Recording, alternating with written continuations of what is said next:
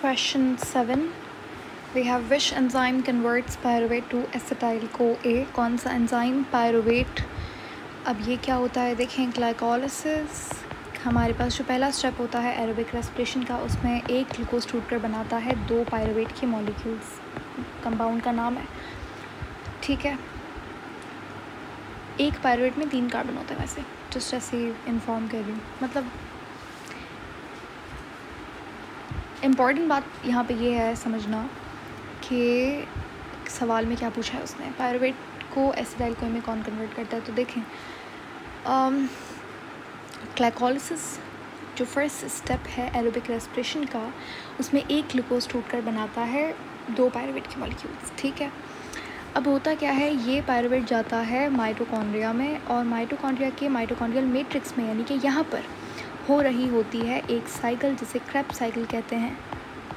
तो apparently pyruvate को जाना चाहिए क्रेब्स साइकिल में, ताकि पायरुवेट हमें बना कर दे NAD, और फिर वो जाके NADH, ठीक है, वो जाके इलेक्ट्रॉन ट्रांसपोर्ट चेन में जाके ATP बनाए।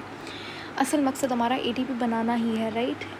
हमें एनर्जी चाहिए ग्लूकोज से, लेकिन होता नहीं है। अनफॉर्चुनेटली क्या होता है, ये जो पायरुवेट है ये क्रेब्स साइकिल में जाता है, लेकिन क्रेब्स साइकिल कहते हैं नहीं, ऐसे नहीं आ सकते तुम। समझ लीजिए क्रेब्स साइकिल एक थोड़ी सी फैंसी पार्टी है, वहाँ पे आप ऐसे नॉर्मली नहीं जा सकते। तो पायरुवेट को कहा जाता है कि भाई आप एक फैंसी ड्रेस में आइए, तो इसीलिए पायरुवेट को कन्वर्ट होना पड़ता है एक दूसरे कंपाउंड में जिसका नाम है एसिटाइल-CoA। उन्होंने पूछा है कि यहाँ पर इस कन्वर्जन में कौन सा एंजाइम इस्तेमाल होता है। Now this is a practice question for those who don't know. ये जो क्वेश्चंस आप अभी देख रहे हो, यानी कि ये वीडियो जो आप करंटली देख रहे हो, बेसिकली यहाँ पे हम लोग सेलुलर रेस्पिरेशन के पास्ट पेपर्स और प्रैक्टिस पेपर क्वेश्चंस कर रहे हैं। सो इफ़ यू सी, जो ये येलो हाईलाइटेड क्वेश्चंस हैं, ये पास्ट पेपर क्वेश्चंस हैं। We are already done with 1 class on this, ठीक है। ये भी पास्ट पेपर क्वेश्चन है, बाकी सारे जो है वो प्रैक्टिस सवाल है आपके लिए। So this is a practice question, ठीक है। तो सवाल पे वापस आता है, आपको ये बताना है which enzyme converts pyruvate to acetyl CoA. Option A देखो, पायरुवेट डीहाइड्रोजनेज, लैक्टेज डीहाइड्रोजनेज, देखो अल्कोहल डीहाइड्रोजनेज, पायरुवेट डीहाइड्रोजनेज। जहाँ पे वर्ड पायरुवेट आ रहा है, यू माइट बी थिंकिंग इनमें से कोई एक जवाब हो सकता है विच इज़ अपेरेंटली राइट। तो आप ऑप्शन डी को और बी को तो एलिमिनेट कर देंगे, क्योंकि there is no alcohol, there is no lactic acid. तो लैक्टेट, अल्कोहल, इन सब को आप हटा देंगे। बाकी ऑप्शन आपके पास बचा वो है ए और सी। मैं आपको बता दूँ, काइनेज जो है उसका यहाँ पे कोई काम नहीं है, डीहाइड्रोजनेज आप यूज़ कर रहे हैं, ठीक है। हाँ, तो इसका मतलब क्या है कि आंसर क्या हुआ हमारे पास, A option is the right option.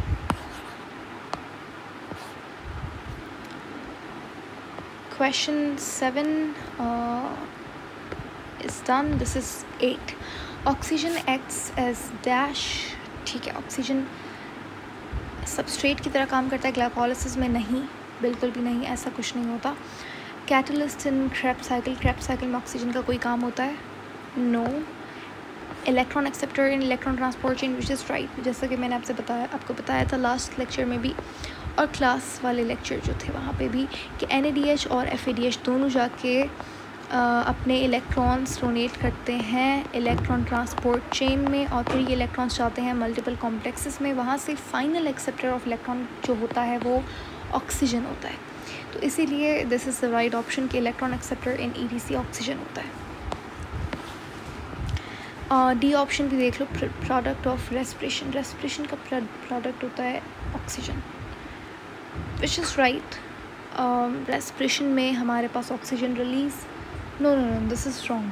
Carbon dioxide product होता है, ऑक्सीजन तो यूज़ होती है, तो एक रिएक्टेंट की तरह काम कर रही होती है, तो ये गलत है, ठीक है। हाँ, फोटोसिंथेसिस में ऑक्सीजन इज़ अ प्रोडक्ट, सही है। क्वेश्चन 9 है आपके पास, FADH enters the electron transport chain at, this is very important. During one of the classes जो कि रिकॉर्डेड है यूट्यूब के ऊपर, आप देख भी सकते हो, इन केस यू विश। वहाँ पे मेरे ख्याल से जो 1 शॉट हमने किया था सेलुलर रेस्पिरेशन, 1 शॉट जो लेक्चर था तकरीबन 40-60 मिनट की एक क्लास थी। उसके अंदर glycolysis, Krebs cycle, electron transport change, सारी चीज़ें हमने कवर की थी। एंड आई थिंक मैंने आपको एक सवाल दिखाया था from past papers, and I remember कि वो 2024 के पेपर में सवाल आया हुआ है या फिर 2023, इन दोनों किसी पेपर में ये क्वेश्चन आया हुआ है।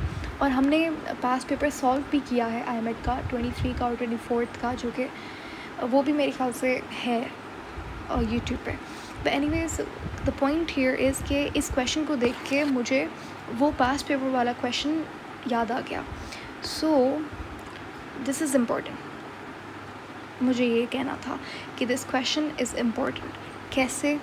जो मैं आपको अभी एक चीज़ पढ़ाने वाली हूँ, इन मतलब बहुत ही समराइज़ करके आपको इलेक्ट्रॉन ट्रांसपोर्ट चेन में भी बताऊँगी, तो वो आपने याद रखनी है। अगर इन केस अगर आपको नहीं याद या फिर आपने कोई भी पिछला लेक्चर नहीं देखा तो देखें। Electron transport chain 3rd step है इलेक्ट्रॉन ट्रांसपोर्ट सेलुलर रेस्पिरेशन का।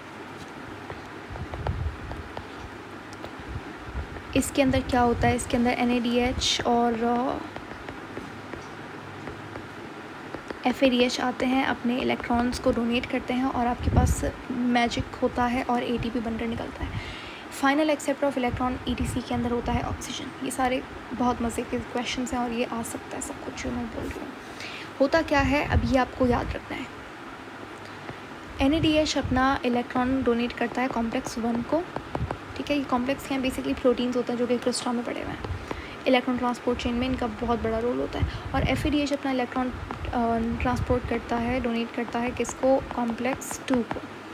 कॉम्प्लेक्स 1 और कॉम्प्लेक्स 2 इलेक्ट्रॉन्स जो होते हैं वो फिर जाते हैं किसके पास?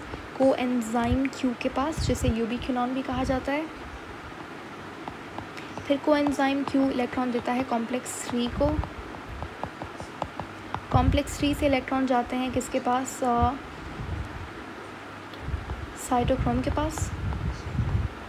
साइटोक्रोम से इलेक्ट्रॉन जाते हैं, बस हो गया, कॉम्प्लेक्स 4 के पास। और कॉम्प्लेक्स 4 से final acceptor of electron oxygen के पास जाता है। फिर यहाँ से हमारे पास क्या होता है? Hydrogen ions basically intermembranous space में भर जाता है। फिर यहाँ से ये निकलता है हाइड्रोजन आयन और एनर्जी रिलीज़ होती है। ADP सिंथेस बैठा हुआ होता है क्रिस्टल की मेम्ब्रेन में और देन वहाँ पे आपके पास ATP बनता है। ये होती है इलेक्ट्रॉन ट्रांसपोर्ट चेन को अगर मैं समराइज़ करूँ 2 मिनट में, तो ये ऐसा आपको देखने को मिलेगा। अभी ये क्या याद करना है?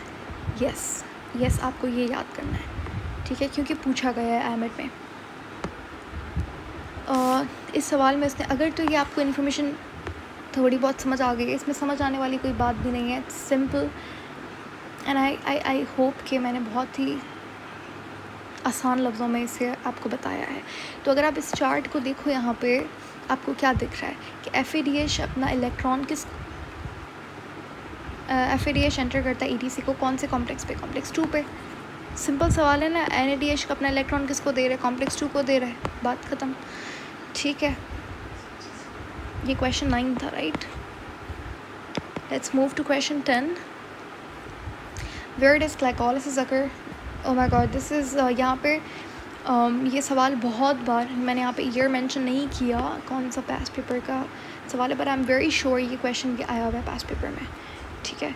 यहाँ पे तो सारे ईयर मैंने मेंशन किए हुए हैं, लेकिन missed on this, but I am sure कि ये क्वेश्चन कहीं ना कहीं किसी पेपर में आया हुआ है पहले।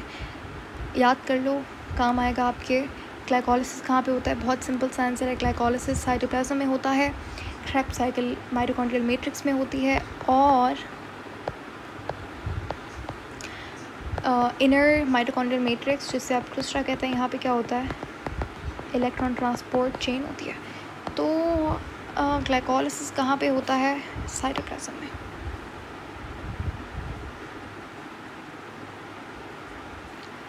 We have question 11, IMET 2024, question 10, मतलब उस पेपर की सीरीज़ के हिसाब से 10th क्वेश्चन था ये।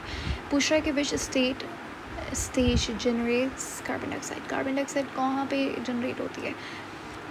ग्लाइकोलिसिस में कार्बन डाइऑक्साइड नहीं रिलीज़ होती। लिंक रिएक्शन में भी कार्बन डाइऑक्साइड, लिंक रिएक्शन में कार्बन डाइऑक्साइड रिलीज़ होती है डीकार्बोक्सिलेशन में, as far as I remember, और क्रेब्स साइकिल में भी होती है, EDC में नहीं होती। केल्विन साइकिल डार्क रिएक्शन को कहते हैं, तो इसका तो कोई यहाँ पे काम नहीं है, इसको हटा दो, ठीक है। केल्विन साइकिल डार्क रिएक्शन जो कि फोटोसिंथेसिस का सेकंड स्टेप होता है, जहाँ पे carbon dioxide as a reactant काम करती है। Carbon dioxide is fixed into glucose in Calvin cycle. So here the answer would be option B कि लिंक रिएक्शन और क्रेब्स साइकिल, इनमें कार्बन डाइऑक्साइड रिलीज होती है।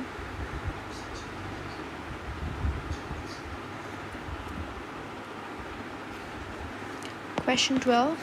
The ATP yield from one NADH in oxidative phosphorylation is about. अभी मैंने ऊपर ही आपसे कहा था कि एक NADH से ऑक्सीडेटिव फॉस्फोरिलेशन यानी कि इलेक्ट्रॉन ट्रांसपोर्ट चेन की बात हो रही है। एक NADH से कितना इलेक्ट्रॉन ATP निकलता है? 3 ATP निकलता है। This is the answer. और एक FADH से कितना निकलता है ATP? 2, ठीक है। यहाँ पे ऑप्शन अगर आप देखो तो मुझे 3 तो नहीं नज़र आ रहा, लेकिन अगर 2.5 को राउंड ऑफ करें तो 3 आंसर आता है, which is the most nearest and almost perfect answer, ठीक है, ऑलमोस्ट परफेक्ट, जो कि सही है यहाँ पे।